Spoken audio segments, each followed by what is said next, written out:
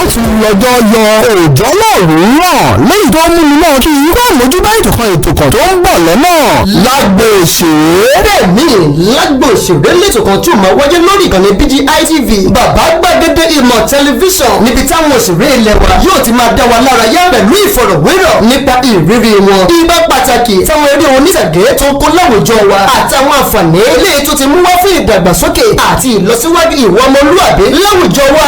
lágbo òṣèré ni ètò tí ó máa wáyé ní gbogbo ọjọ́rú Wednesday àti ọjọ́ àbámẹ́ta Saturday ní gbogbo ọ̀sẹ̀. ẹ wò ó ìgbà tuntun bá báyìí níṣẹ́ bá lẹ gbọ́mi ọkọ̀ tó túbọ̀ kọ̀ òun níṣẹ́ bá lẹ odò pátápátá ẹ máa pàdé àtọkùnrin tí wọ́n máa gbé yín wọnú agbámẹ̀tò náà pẹ̀lú gbogbo ìròyìn tó ń lọ lágbà àwọn òṣèré ẹ máa pàdé Samuel Owóyẹmí fẹlẹfẹlẹ láyé. fún ìpolówó ọjà tàbí àwọn ìbéèrè ẹ lè kàn sí àwọn òpó ayélujára wa tàbí kí ẹ pè sórí ẹ̀rọ 0703-822-6160 0703-822-6160 lágbo òṣèré ẹ má ní sí ẹ. Adé lorúkọ mi gbajúgbajà. tó máa sọ yí pé kí ẹlẹ́hà lọ dóko níta. To me, majority of the psychiatric That's last night. These are all the countries that went for African Cup of Nations. I've been using it to predict a lot before. Chelsea, Man U. Okay, so Chide, I think this is what you are good at. I came to this interview saying Chide can't break me. So you are not even going to we fight you to the last of my breath. But now you are going into a topic. Tani o mọ̀ wípé wọ́n bá pé tí ọkùnrin àti obìnrin bá fẹ́ra wọn wọ́n bára wọn sùn ni.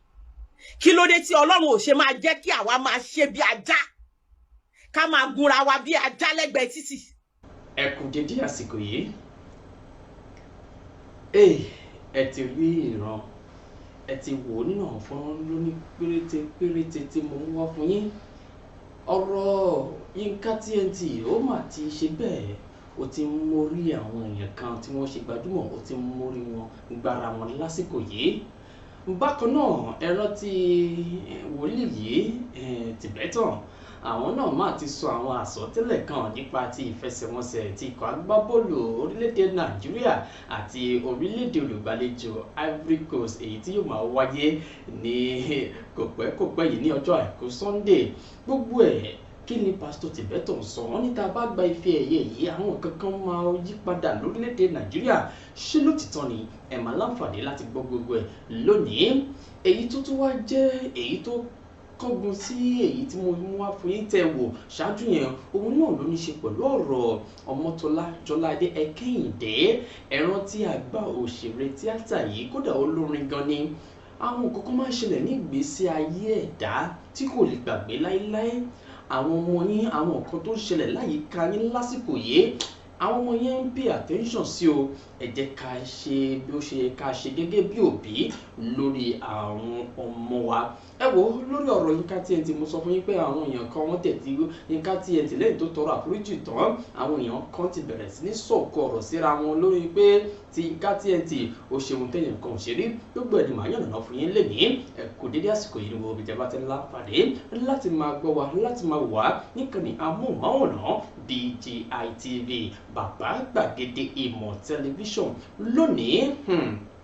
Ọdún ní mímì kì í ṣàìmọ̀ fólóko torí ààfin tèmi ò nílò ìdánimọ̀ lọ́jà tó bá dọ́jà báyìí wọ́n á mọ̀ pé dọ́jà ní èmi tí ń tòótọ́ Samuel Owóyẹmí fẹ́lẹ́fẹ́lẹ́ láyé lórúkọ tèmi fẹ́lẹ́ ní gbogbo èèyàn mọ̀ mí sí apàtẹ ètò bí ẹni pàtẹ ilẹ̀kẹ̀ awọkọ̀ ètò bí ẹni wọkọ̀ tírélà.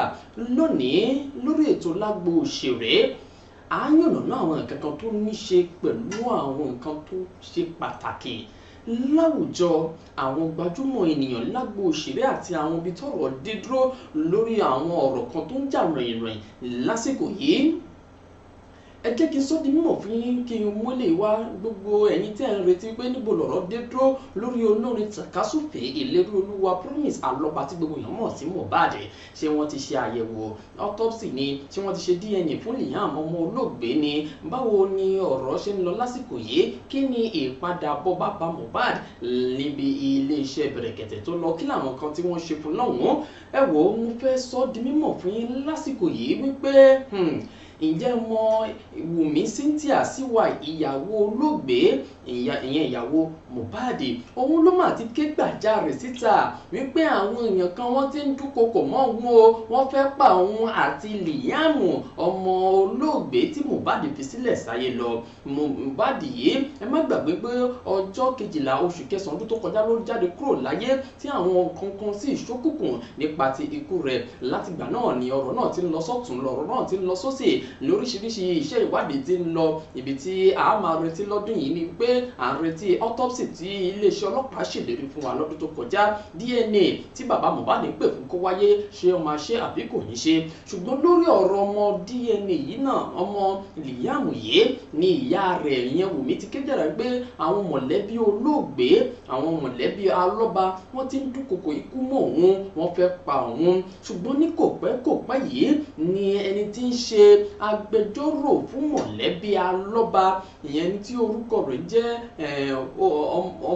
Ọmọwùmí ni orúkọ agbẹjọ́rò yìí náà òun náà ló ti sọ di mímọ̀ wípé kò sóhun tó jọ o irọ́ tó jìnnà sí òtítọ́ ni pé Wùmí sọ káàkiri wípé ẹbí alọ́ba ẹbí Mohbad olóògbé wọ́n ń dúnkokò mọ́ wọn àti pé ṣáájú ni Wùmí ti sọ di mímọ̀ pé oríṣiríṣi àtẹ̀jíṣẹ́ ìpè lòun rí gbà tó níṣe pẹ̀lú ọ̀rọ̀ ìdúnkokò mọ́ ẹ̀mí òun àti ẹ̀mí Liam. Ṣùgbọ́n nígbà tí agbẹjọ́rò náà máa jáde ní àná òde yìí ó sọ di mímọ̀ pé irọ́ o kò sí ohun tó jọ bẹ́ẹ̀ wípé ẹbí alọ́ba wọn ò lè ṣerúfẹ́ nǹkan tí Wùmí sọ yìí tó bá sì dá Wùmí lójú ní gbangba wálíà kó jáde kó wá tọ́ka sí ẹni tí ó ń dúnkokò mọ́ wọn nínú ẹbí alọ́ba lórí ọ̀rọ̀ ikú Mohbad kò ṣe ikú Mohbad. Ẹ̀dẹ̀ má gbàgbé bàbá Mohbad ló ṣe àbẹ̀wò lọ sí ibi tí wọ́n gbé Mohbad sí gbogbo ibi tí ọ̀rọ̀ ṣe ń lọ ibi tí ọ̀rọ̀ ń lọ ni mò ní kí n máa fi tó yín. Ṣùgbọ́n èyí tó wà lọ́wọ́lọ́wọ́ lẹ́ẹ̀ báyìí ni pé Liam ìyá Liam ìyẹn Wùmí ó ti ń ké gbàjarè pé wọ́n dúnkokò ikú mọ́ òun o tí agbẹjọ́rò ẹbí alọ́ba tí wọ́n fi ẹ̀sùn kàn yìí sì sọ pé irọ́ ni o irọ́ ni gbogbo nǹkan tí ó ń ṣẹlẹ̀ yìí.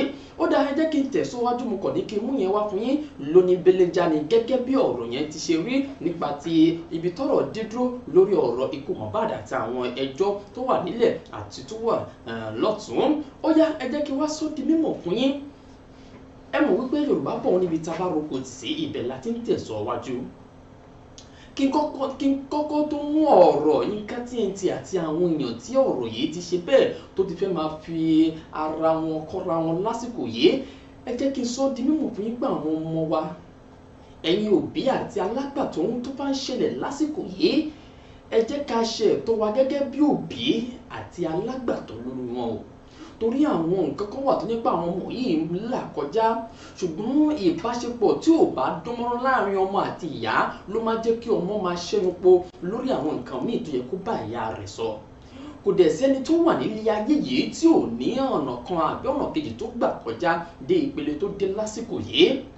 Eléyìí ló dífá fún gbajúgbajà òṣèrébìnrin Ọmọ́tọ́lá Ẹkẹ́yìndé ẹ̀rántí Ọmọ́tọ́lá Jọládé Ẹkẹ́yìndé látàrí bó ṣe mẹ́nuba àwọn nǹkan kan tí ojú rẹ̀ rí nígbà tó wà ní èwe bí bàbá rẹ̀ ṣe jáde kúrò láyé.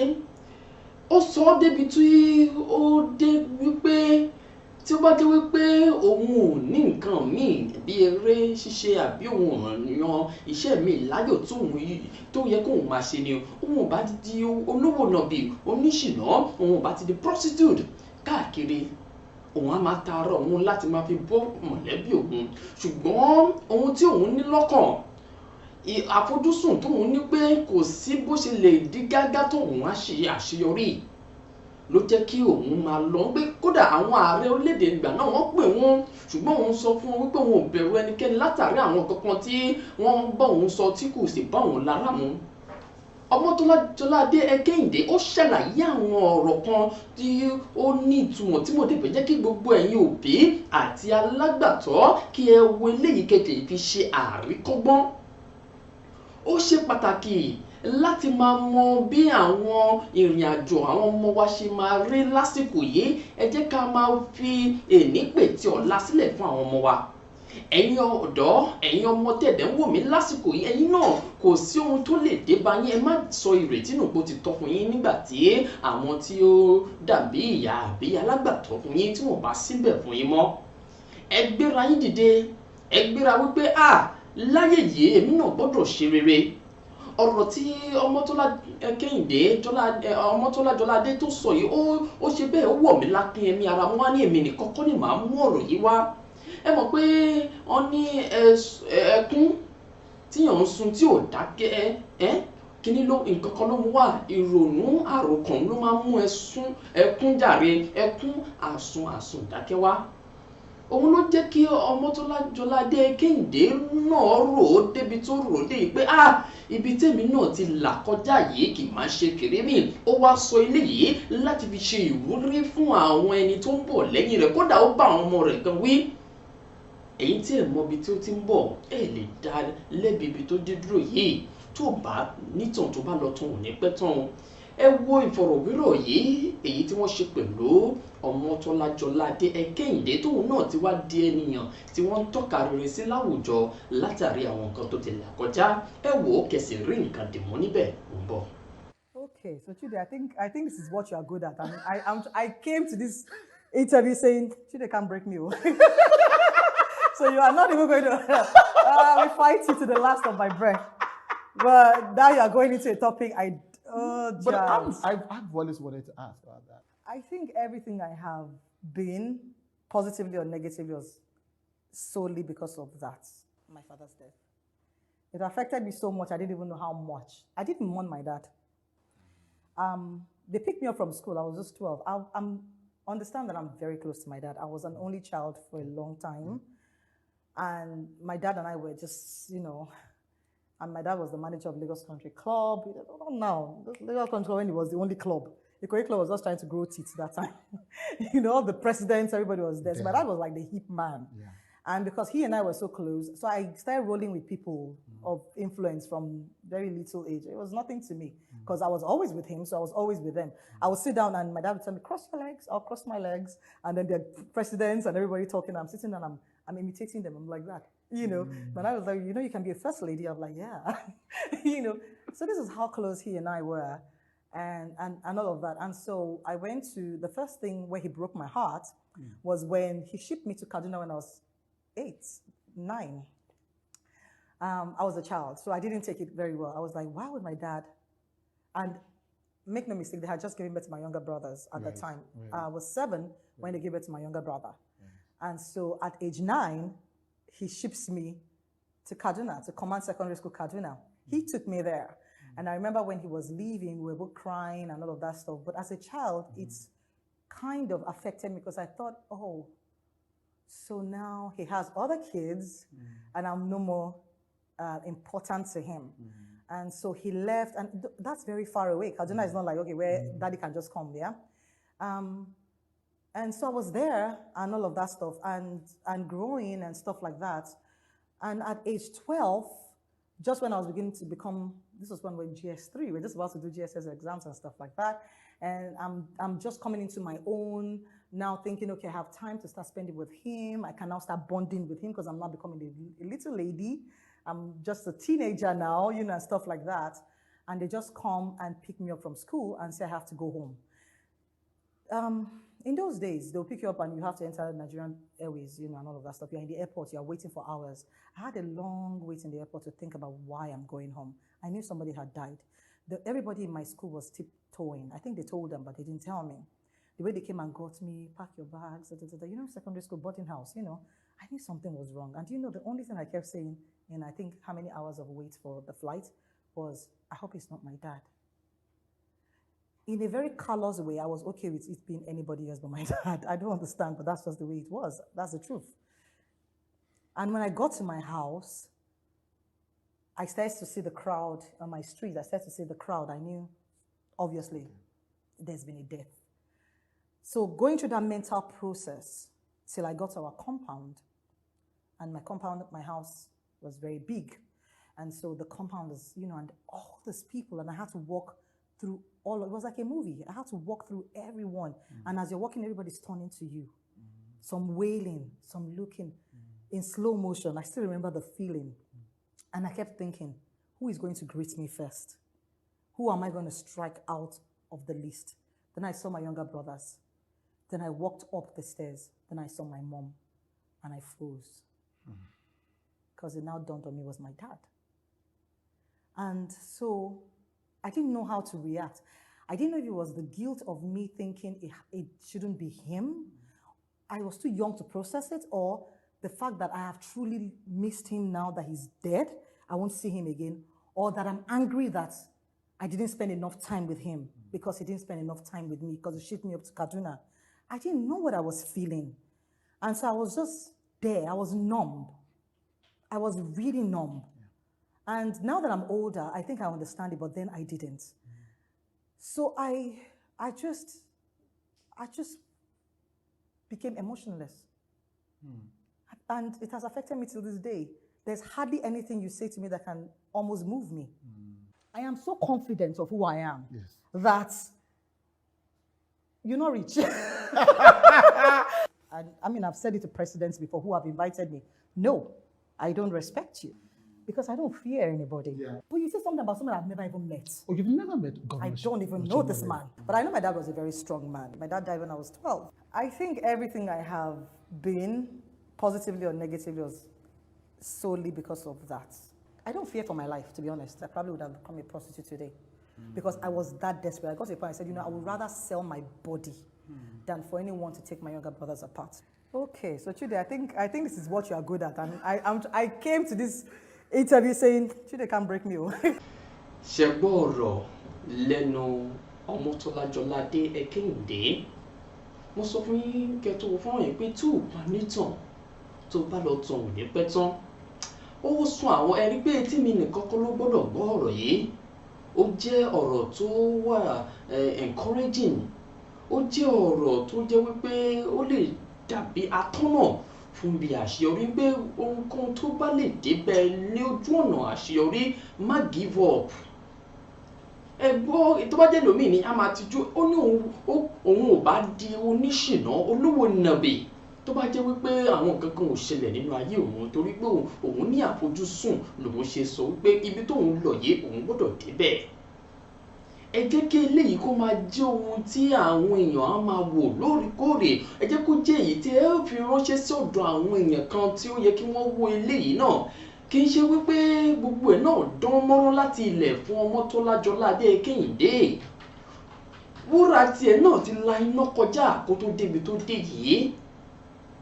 Ẹ jẹ́ ká má máa fi ojú wò pé eléyìí ó ti lómi nílẹ̀ lẹ́sẹ̀ tẹ́lẹ̀. Tó bá tẹ̀ lómi nílẹ̀ lẹ́sẹ̀ tẹ́lẹ̀ ṣègbó ní àwọn nǹkan kan tóun náà gbogbo ohun tẹ́ẹ̀dá bá máa ṣe lókè erùpẹ̀ gbogbo ibi tẹ́ẹ̀dá bá máa gbà kọjá lókè erùpẹ̀ kò ní ṣaláì gbà kọjá.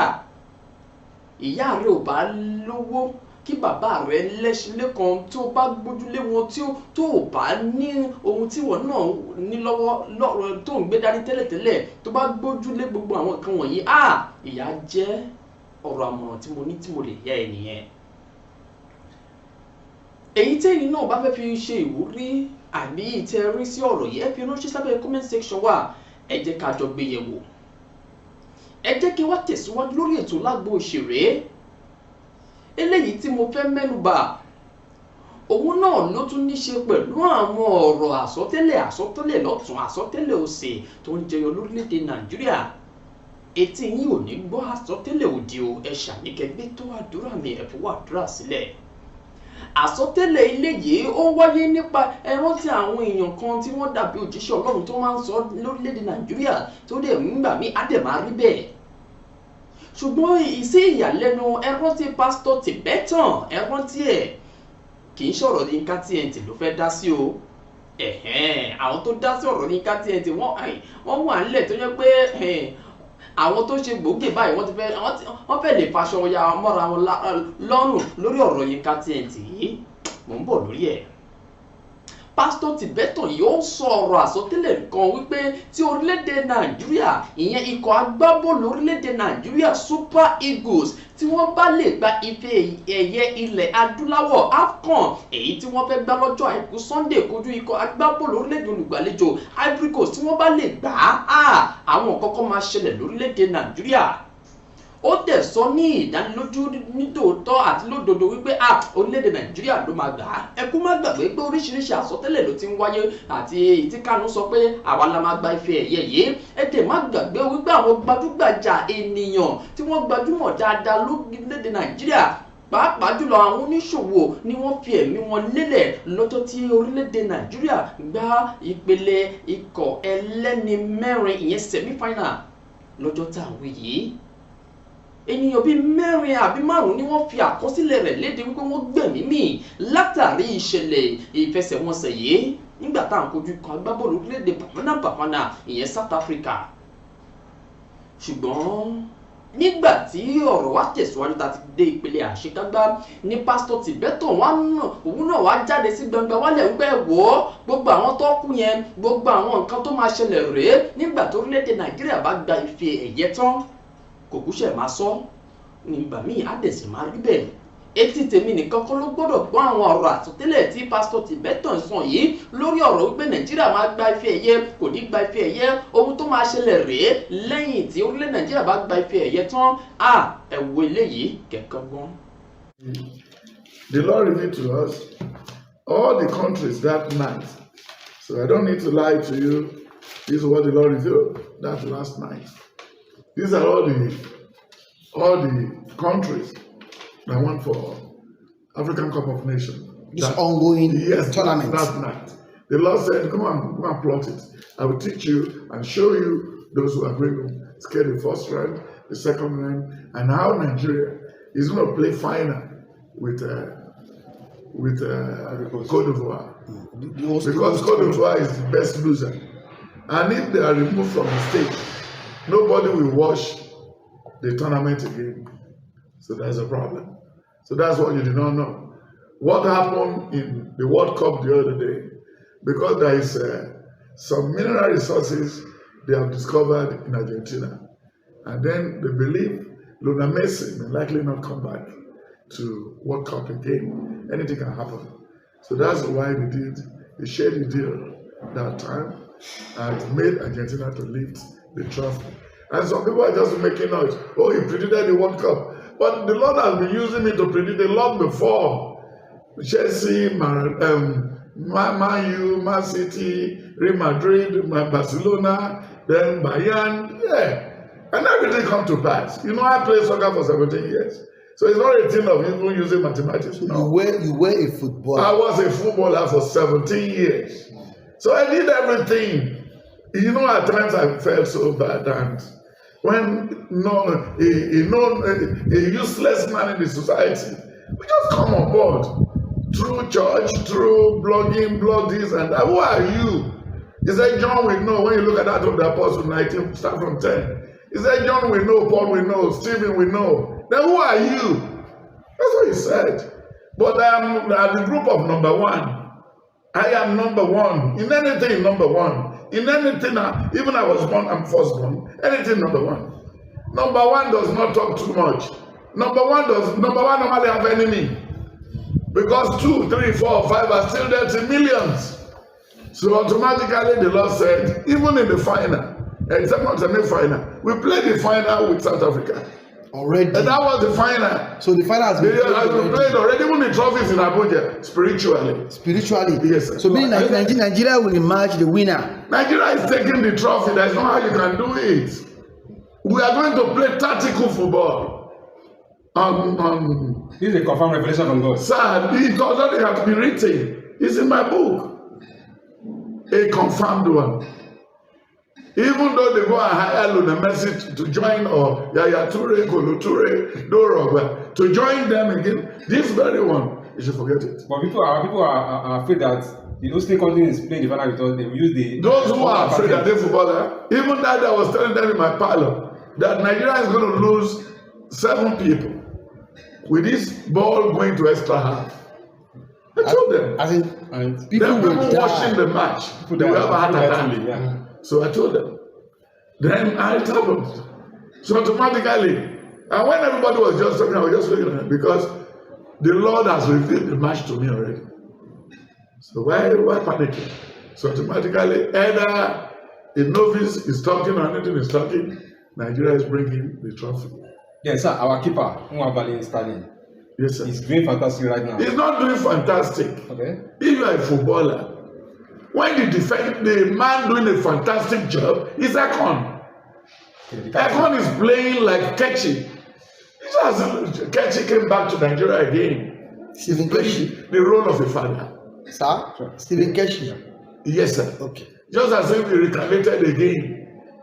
He's playing like Stephen Keshi. So when the defenders are good, the goalkeeper is on holiday. Sure. Then to novice who did not know about football, what is goalkeeper? There's nothing goalkeeper. Before you are going to leave, you are number 5 is the rock of Gibraltar. So when that one, in those days when I play soccer, I play number 11, number 7, number 7. Then I come to play standing 5 because I use both legs. So automatically, we have won a lot of trophy for my town, for Guinness, for everything. We played. Even I played in Germany. So when you look at all these things, Nigeria is right hand. Everything is going to work fine for Nigeria. It's only we cannot work. We cannot. It's patience. We don't have enough patience. Nigerian are spoiled right from independence. You know what I'm saying? But there now is one person that will build the cat. But if the person has not finished, you'll be thinking maybe he's not doing the right thing. During the time of Gowan was busy wasting money. There's excess money. Gowan was wasting it. Telling us of Doji award, this award, this award. They are now making jobs.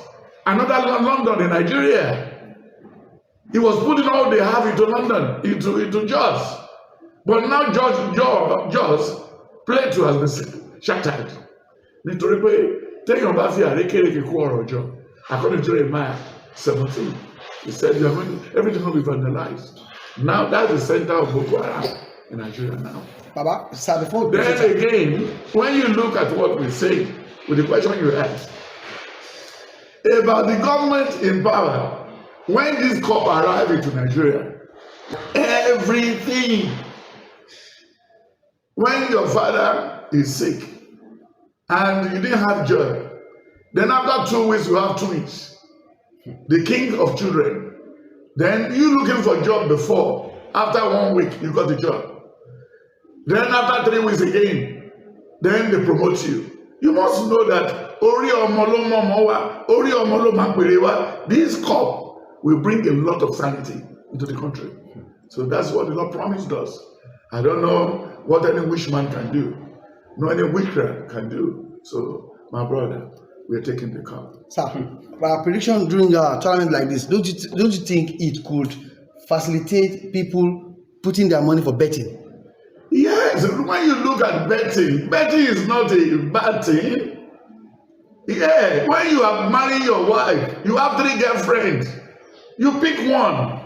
That means you are betting your life with that. And if you don't get it right, nobody, you won't arrest anybody. Then when you look at the book of Genesis 25, Genesis 26, Genesis 27, 28, he said, I love Jacob more than Esau. Why is he putting money trust on Jacob? Then at the end of the day, in the book of Genesis 27, Genesis 30, Genesis 31, 32, and 33, in the book of Genesis 30, from verse 26, he said, when will I go and prove what? When will I go and defend my own land? Where will I go and prepare my own home? That's what he said. He was in trouble. Then what does he pick to put him in trouble? He said, he married. They said you are going to marry the sister before the young one will get married. He said, ṣé ti gbọ́ ibi tá a lọ ò jìnnà ṣùgbọ́n ibi tá a yà òun ló pọ̀.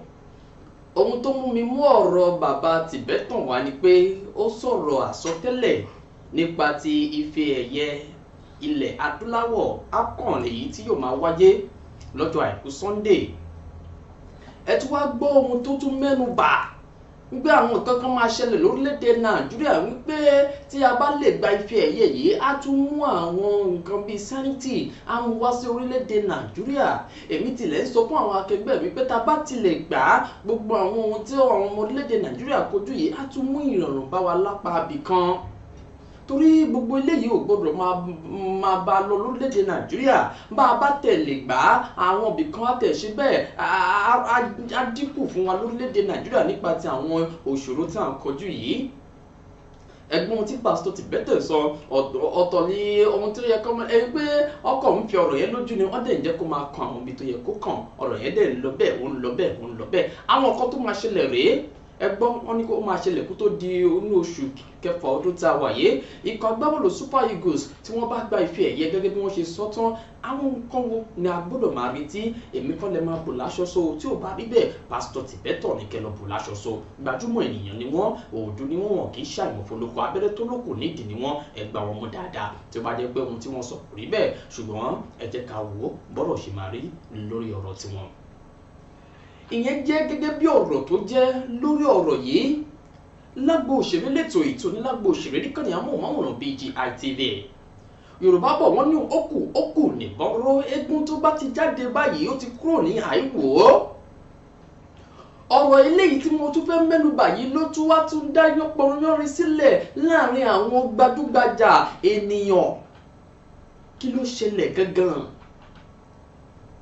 ọmọ ti yan ọbẹ̀ ti gán ọmọ lọ́wọ́ ọmọ sọ̀bẹ́lẹ̀ ṣé ọbẹ̀ ò ti ṣe ohun tó ní ṣe ni lórí ọ̀rọ̀ Yinka TNT mo mọ iye àtẹ̀jíṣẹ́ tí mo rí gbà comment section wa kan kò lóǹkà àwọn àtẹ̀jíṣẹ́ tá a rí gbà lápá bẹ́ẹ̀ látàrí pé Yinka TNT ó ṣe àwọn nǹkan tí àwọn èèyàn rí pé ó ta epo sí aṣọ àlà ilé ìjọsìn kan lórílẹ̀‐èdè àgbáyé mo mú wá fún yín ibi tí ìyá àgbà kan ti sọ di mímọ̀ fún yín pé ó sọ di mímọ̀ wípé ẹni tí ó kàn báyìí kí Yinka TNT lọ tọrọ àforíjì lọ́dọ̀ rẹ̀ òun ni Ọlọ́run ọba tó ṣẹ̀dá èmi àtìyín ibi tọ́rọ̀ yìí náà lọ báyìí ẹ má gbàgbé pé mo wá fún yín pé Ọláìyá àti gbogbo àwọn èèyàn tí wọ́n jọ kópa nínú fọ́nrán yìí àwọn náà ṣe bẹ́ẹ̀ wọ́n bẹ̀rẹ̀ sí ní rawọ́ ẹ̀bẹ̀ torí pé tọ́lọ́run bá sàmì ẹ̀ṣẹ̀ ta ló lè dúró ibẹ̀ ni Ọláìyá ti sọ di mímọ̀ wípé ọmọ òun mọ̀ pé nǹkan tó fi wá pè òun sí rèé tó bá yẹ pọ́n fẹ́ lọ mi kàn fẹ́ máa sọ̀rọ̀ sí àwọn àgbàlagbà ni ṣùgbọ́n ibi tọ́rọ̀ dédòye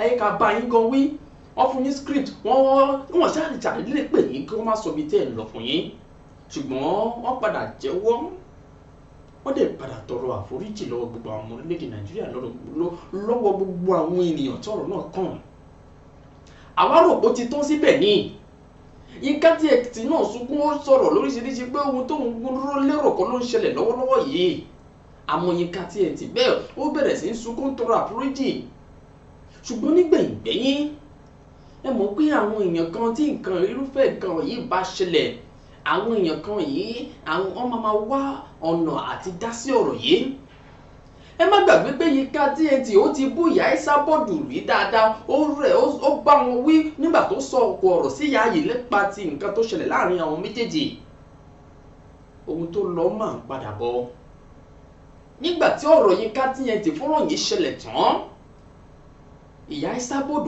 wá àyè dáadáa láti bá gbogbo àwọn èèyàn tí wọ́n kópa nínú fọ́nrán yẹn ní ìyá Esabod bá wí dé orí Ọláìyá Igwe ibi tó ti bú Ọláìyá Igwe Ọlọ́run o kò dáa ó bú Ọláìyá Igwe débi tó jẹ́ pé ètí ẹ̀jọ̀ ọ̀nà ẹ̀kẹ́ gbọ̀ngbọ̀n gbé Yinka TNT náà ó fún Yinka TNT ó fún ní tiẹ̀ gangan wípé ìwọ ngbóhùn òdẹ ọ̀rọ̀ pọ̀ tí ìyá Esabod sọ sí Yinka TNT lórí pé ó ṣe fọ́nrán kan tí ò bá àwùjọ lára mu ẹ má gbàgbé pé fọ́nrán yìí ó ti ṣe bẹ́ẹ̀ ó ti ń rìn káàkiri àti ń bẹ̀ yìí pé ẹ jọ̀ọ́ ẹ gbé fọ́nrán yìí ẹ gbé wálẹ̀ torí tẹ bá ń ṣe báyìí ẹ ń fi ọ̀rọ̀ náà lójú kẹ̀kẹ́ sí ni ẹ dẹ̀ sì ń fún àwọn èèyàn míì láàyè láti máa dá sí i ibi tọ́rọ̀ wá dídùn yìí ǹjẹ́ tún rántí àjíyá kan tí Mewaolaka ẹ rántí alájà yìí alájà yìí ó sọ̀rọ̀ nígbà kan tí mo kọ́kọ́ ní àǹfààní láti ní gbọ́dọ̀ wá sọ pẹ̀lú ìyá yìí sọ pé òótọ́ lòún sọ òótọ́ ọ̀rọ̀ dẹ̀rẹ̀ ó korò gidigidi gan ṣùgbọ́n ohun tí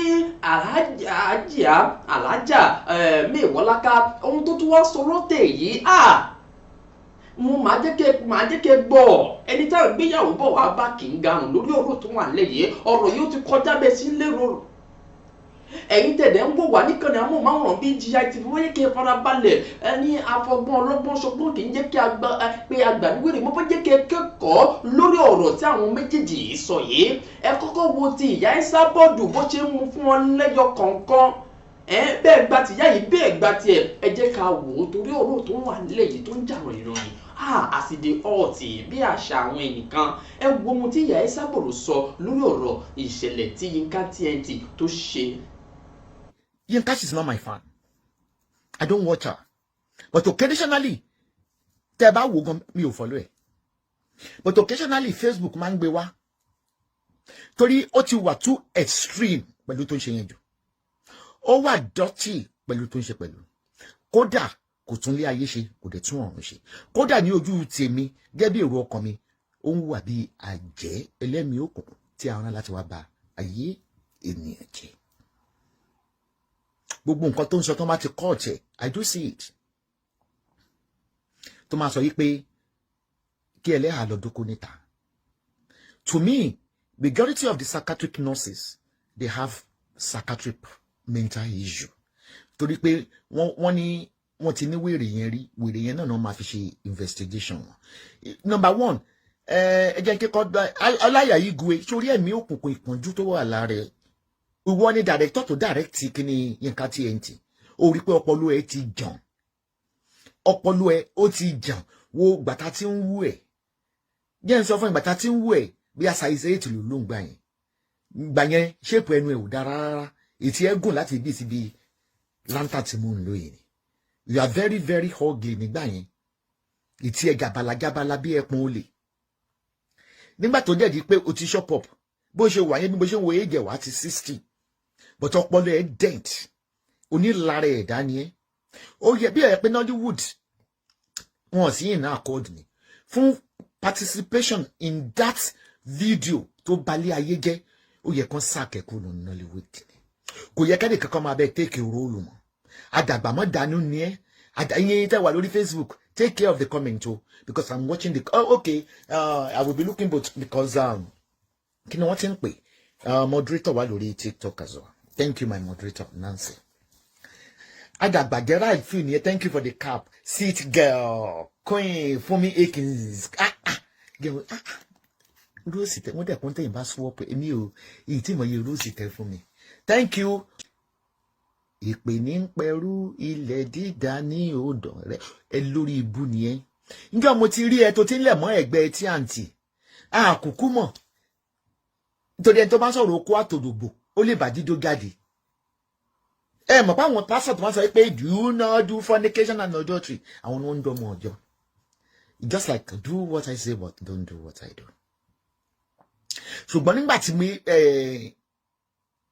mo dúró kí Yinka TNT jáde torí mo rí prophetess Godwill dúpẹ́ tó ní màmá ewé màmá Esabod bá wa dá sọ̀rọ̀ ẹ̀ because mo fẹ́ wo reaction ẹ̀kẹ́ tó dá sí ni ṣùgbọ́n mo rí pé kò ní heart of soberness content ẹ̀ ó yẹ kó change ẹ̀ entirely.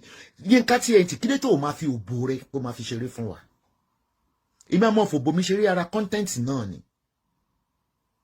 kódà mo máa ń fi ọyàn mi ṣeré.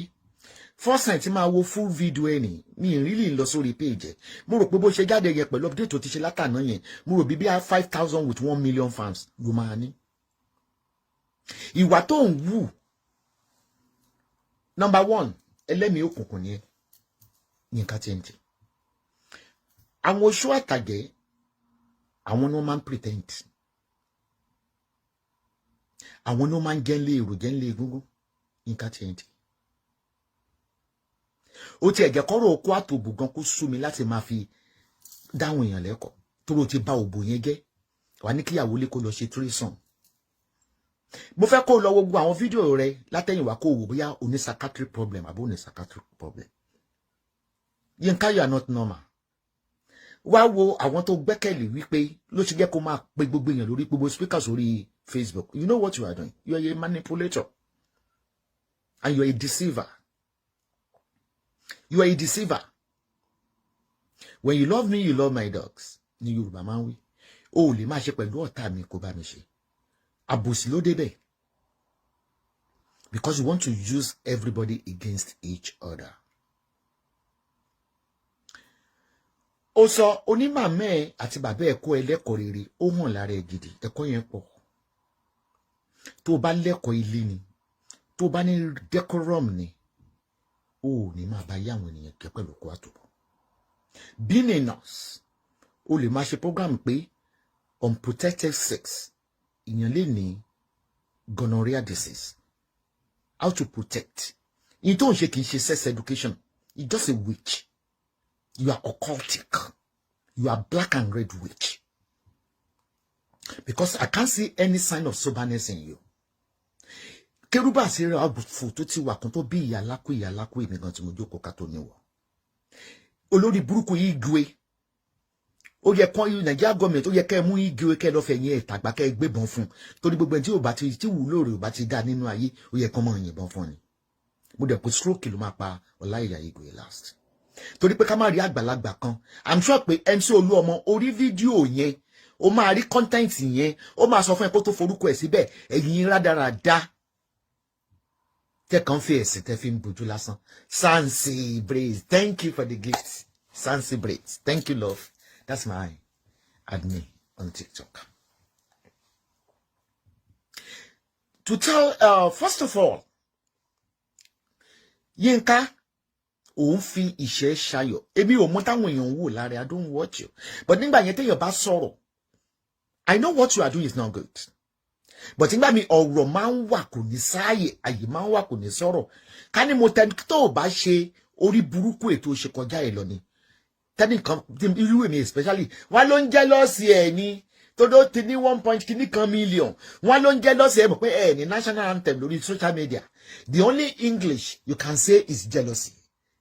Gbogbo English láyé yìí is jealousy. Even if someone is correcting you, it's all jealousy. You have nothing to be jealous of, Yinka. Your dress code is very, very poor. Your facial look is nothing to be compared. Ta ló lè sọ yí pé ọdún mọ́kànlá ni mo gbà lọ́wọ́ ẹ̀ 11 years. I am 63. You are 52, going 53. Kódà téèyàn bá rí the way shape ẹnu ẹ gan, ìyàmọ́ ìpé you like sucking. I'm sorry, orí TikTok àyè sọ ìsọkúsọ púpọ̀. Ó like kókó mímu gan. Kódà kì í ṣokó ẹnìkan péré lòun mọ̀. Kódà ó like ìṣekúṣe. There ó sọ nǹkan kan, ó ní ọkùnrin méjì ni ó bímọ fún kí ló gbé ẹ kó lé ọkọ ẹ. Àtẹn tó bímọ fọ́kùnrin 10 lẹ́gbẹ̀gbẹ̀ lájọ wà. Ìwà wo òjò gbé lé ọkọ ni. Mo dẹ̀ mọ̀ pé àgbèrè ló máa ṣíwọ́ kó lé ọkọ. Wo ń ṣe oníṣekúṣe ọkùnrin kan ló bímọ mi kí tó òdò ti ẹrù kí tó òdò dọkọ. Kí ni ìwà tó fi kún lé ọkọ? Àtẹn tó bímọ 6 fún ọkọ, tó ní bàbá 6, tó ní bàbá 2, tó ní gbogbo ẹ̀, aṣẹ́wó jọ ni wà. Tí wà wá bá dáa ní ó yẹ ká wà ní ọkọ. Oníranù ní ẹ pẹ̀lú. Èmi tí mọ̀ pé ó wà fetish. Ó dẹ̀ ń wá agbára yìí kiri ní Nàìjíríà. Mo sọ nǹkan kan fún ẹ ní last time. Ṣé wọ́n nìkan ló máa kọ́kọ́ mẹ́ni sí Olúọmọ ni? Òun wùwà bí ọmọ tí ò wá láti ilé rẹ̀. Kódà òun wùwà bí ọmọ ojú òrí ọlá rí. Òun wá agbára, òun wá connection. Ibi tó ti mọ̀ pé ojú tí ẹ̀ jẹ́ kí n sọ kankan fún ẹ. Nobody knows you, they hate you. So ó ṣáà ti wá sí party mi rí. You see loads of people there, including haters. Ìjọ́ tó ní pé tó gba hall ńlá, tó rò pé ti ní 1 million plus lórí social media. Ó rò pé bí i 500,000 ló ń bọ̀. Tó ló fẹ́ ṣe okó àtòbò ọdún ní Nàìjíríà. Àwọn tó wà bí ó pé 10. Àwọn tó wà bí ó pé 10. Ó ti jẹ́ kí Facebook fame. Ó dẹ̀ ní fame síbi tó dá. Torí pé tí Nigeria government bá ń ṣe tí ò dá nítorí okó tó fẹ́ lọ dó torí pé fẹ́ fi wọ́n ṣe sọ̀rọ̀ nípa situation Nigeria rí àfi bí kọ́kọ́ lọ oyè ìjọ́pọ̀ gbé tọ́pìkì kan oníṣẹ́ ọkọ tẹ́ fẹ́ oníṣẹ́ ti dún ẹ̀gbọ́n àtàbúrò rí díà 105 thank you oníṣẹ́ ti dún ẹ̀gbọ́n àtàbúrò rí pé kọ́ lọ try ẹ̀ wípé òbò ẹ̀gbọ́n àtàbúrò máa ń dùn ó lè sọ pé òun normal. Kódà ó fi hàn yí pé bí a palọ̀ nìyí ẹ̀ ń rọrùn. Ó fi hàn pé ọmọ ìyá ẹ̀ ń tọ́tí ni àwọn kí yẹ máa ṣiṣẹ́ ní àsáàsì ilé aṣẹ́wó. Wọ́n ní charity begins at home. Èmi ṣọ́rọ̀ pé mi ò lẹ́bí. Gbogbo yẹn lẹ sọ pé Esabod ò lẹ́bí. Kódà mi ò ń ṣe woman be ẹranko lè mi. Ọ̀bọ ló bí mi. Bí mo ti ṣe wà mo ní ìrù nídìí. Bí mo ṣe ń jẹ́ abá ọ̀dọ̀ ẹni. Ọdẹ lórí ìsìn nínú gbò. Ṣùgbọ́n ìwọ tó bá máa wí I was raised by kòrò hàn wọ́n ní òwà bí ọmọ tó ti léere gádgádé òun bá yé àwọn mùsùlùmí jẹ́ òun bá yé àwọn kírísítẹ́nì jẹ́ ó dẹ̀ sọ pé ọmọ kérúbù ní ẹ́ ìjọ́ wo lórí pé mo máa ń bá yé Sele jẹ́ bí ìjọ tí mo máa bú Sele ní ìjọ tí wọ́n gbé Sàásù Portable ọmọkọ́mọ yẹn tó ń nà kiri yẹn wọ́n máa nà pa wọ́n máa nà yẹn pa ní ti ẹ̀yẹn Portable ìjọ tí mo kọ́mù fún yín pé báwọn ṣe máa jẹ́ kó wá kọrin tí mo wá fún ìyẹn mo bí iná. I always protect Celestial Church.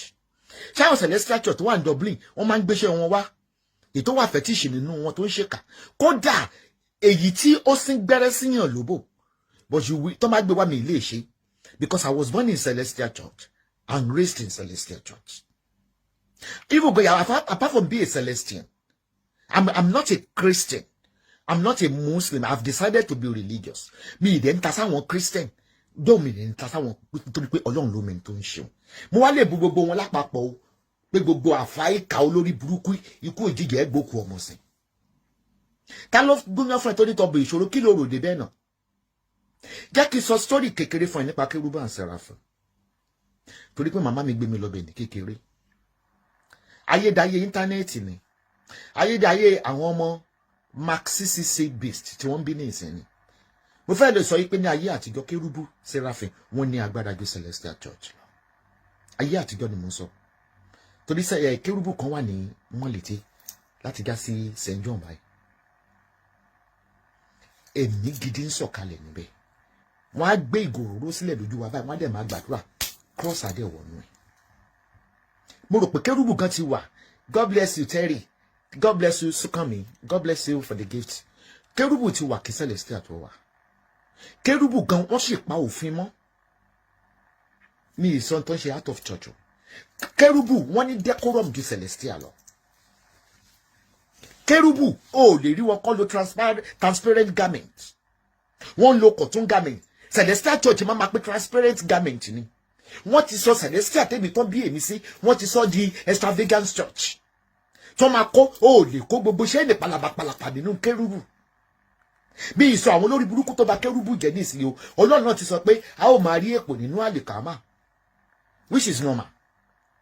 Ìwọ̀n ìgbà tí Jésù wà láyé èpò wà nínú àwọn ọmọ lẹ́yìn rẹ̀. Bọ̀pọ̀ agbára wà nínú Kérúbù. Ìbẹ̀rù Ọlọ́run wà nínú Kérúbù. I'm not a Kérúbù, I'm Celestial. Ìbẹ̀rù Ọlọ́run wà nínú Kérúbù. Kérúbù ló ní àyà ló ní èdè. Sele ṣẹ̀ṣẹ̀ ń copy wọn ni. Tí Sele bá dé Sele tó ń bá ń fọ èdè fake ni. Àwọn tí ègún bàbá Ọ̀ṣọ́fà tó wà lórí wọn pé in tí òun ò bá fi kún nínú ìjọ mímọ́ wọn ń sédè nínú Sele is an abomination. Mo fi tí ara mi gbọ́ nígbà tí mo wà kékeré. Tẹ́nìkan sọ̀rọ̀ tó sọ èdè níye mẹ́tú lọ́dún náà. I was only 12 years. Bàbá dẹ̀ sọ lórí kíní pé kí ẹ̀mí kí o tẹríba fún ẹ̀mí ìgbà kò fẹ́ ẹ̀mí àjèjì.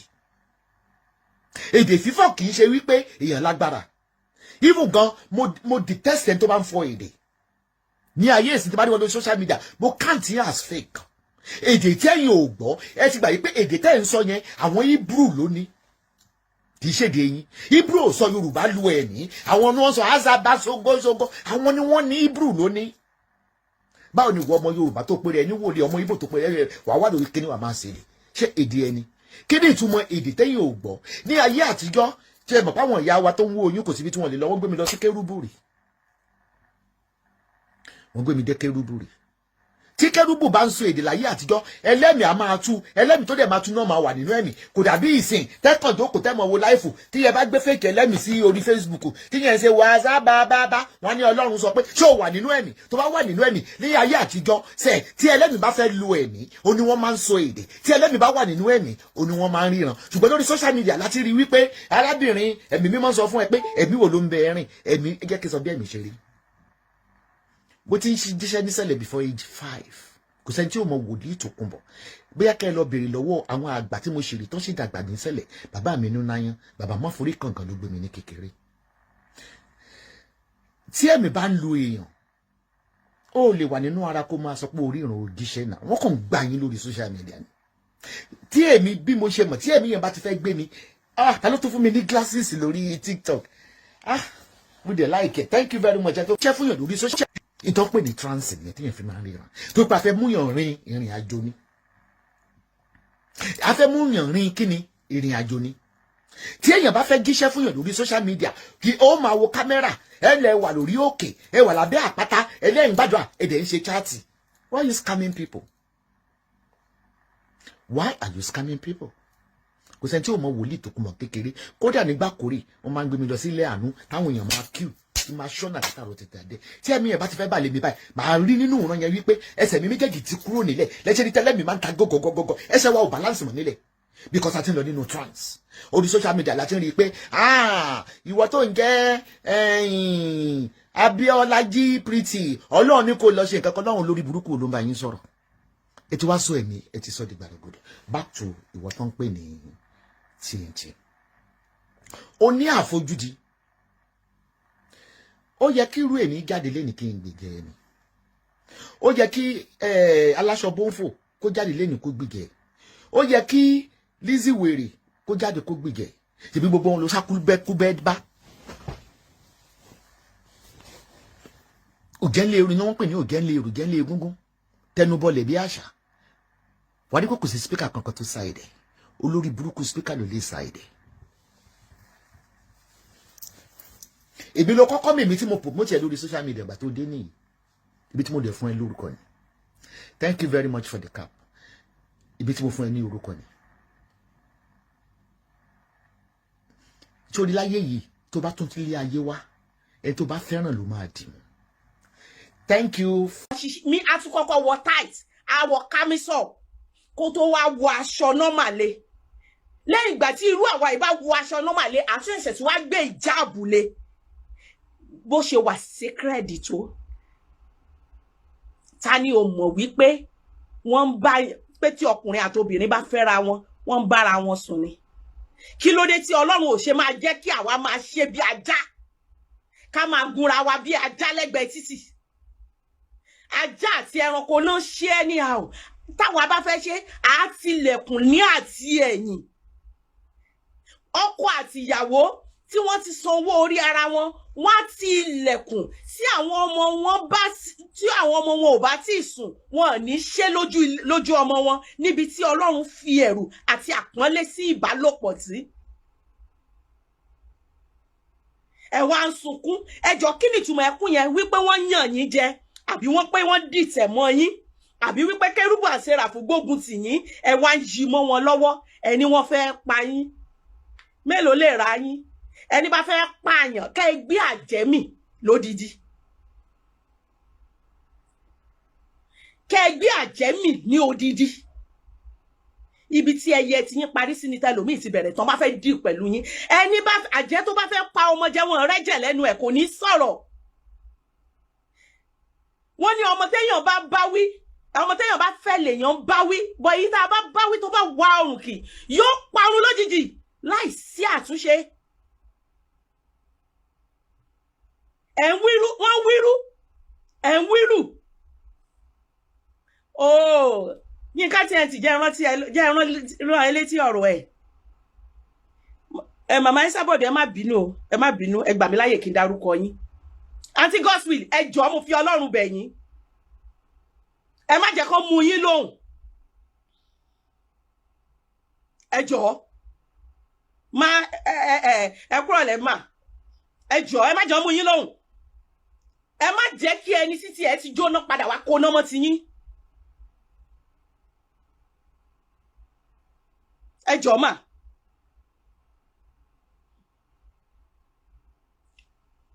ọ̀rọ̀ tí mò ń sọ lọ màmá Esabod mọ́mí ẹ má bínú pé mo dárúkọ yín o nígbà tí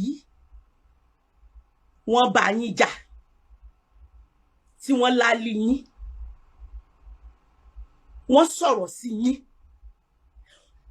wọ́n bá yín sọ èyí tó jẹ́ òótọ́ ọ̀rọ̀ wọ́n lálé yín dáadáa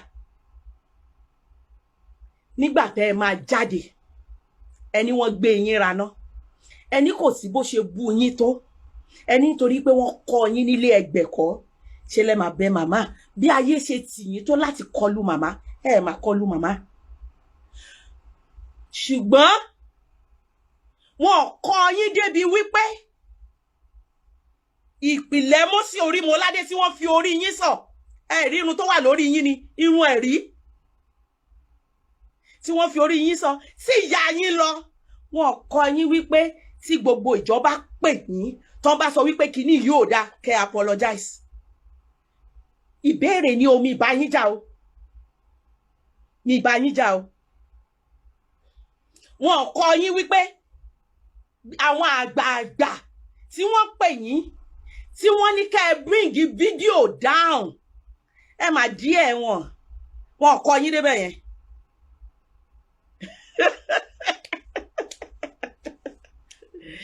Ta ló ń flag ẹ má bá mi press love and like yo ẹ má jọ flag show mi. Àwọn agent ẹ ti dé bí àwọn alágbèrè àwọn oníṣekúṣe onídokúdò.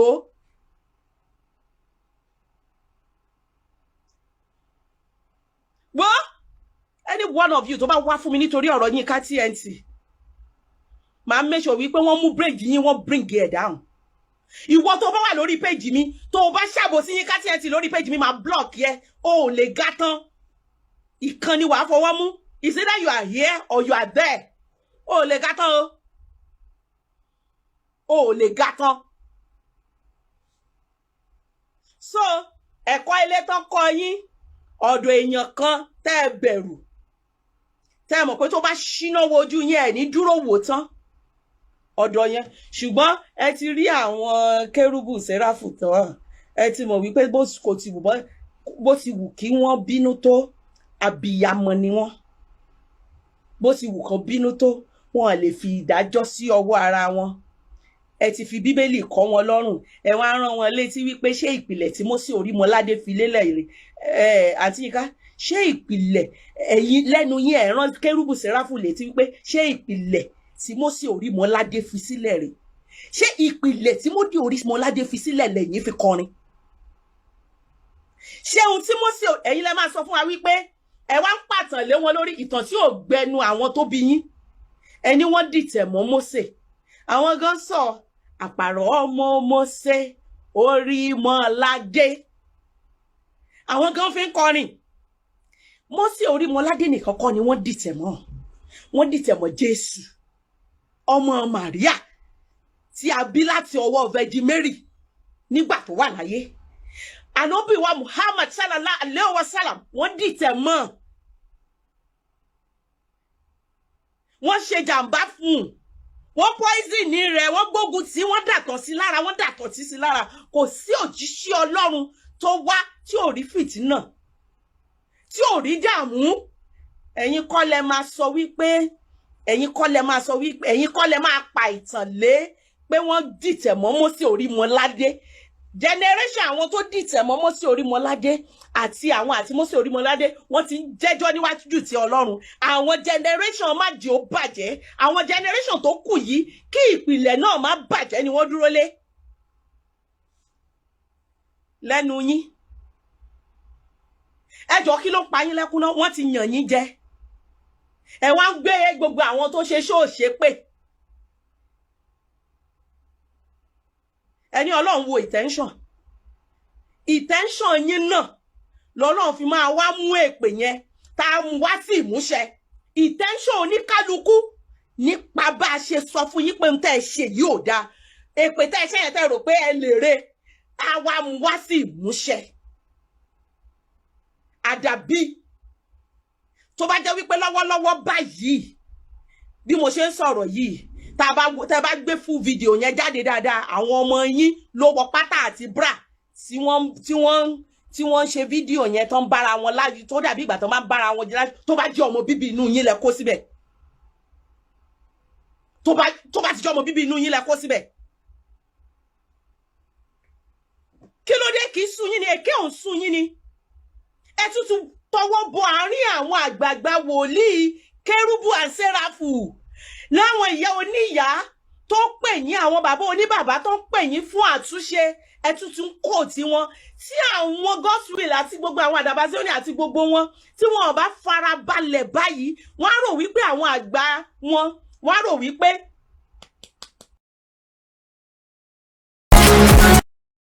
láti lọ́jọ́ yọ òòjọ́ lọ́rùúràn lẹ́yìn tó mú mi náà kí irú àmójúbá ètò kan tó ń bọ̀ lọ́nà lágbo òṣèré mi lágbo òṣèré lẹ́tọ̀ kan tí ó máa wáyé lórí ìkànnì BGI TV bàbá gbàgede ìmọ̀ tẹlifíṣàn níbi táwọn òṣèré ilẹ̀ wa yóò ti máa dá wa lára yá pẹ̀lú ìfọ̀rọ̀wérọ̀ nípa ìrírí wọn ibà pàtàkì táwọn eré onítàgé tó ń kó láwùjọ wa àtàwọn àǹfààní eléyìí tó ti mú wá fún ìdàgbàsókè àti ìlọsíwájú ìwà ọmọlúwàbí láwùjọ wa.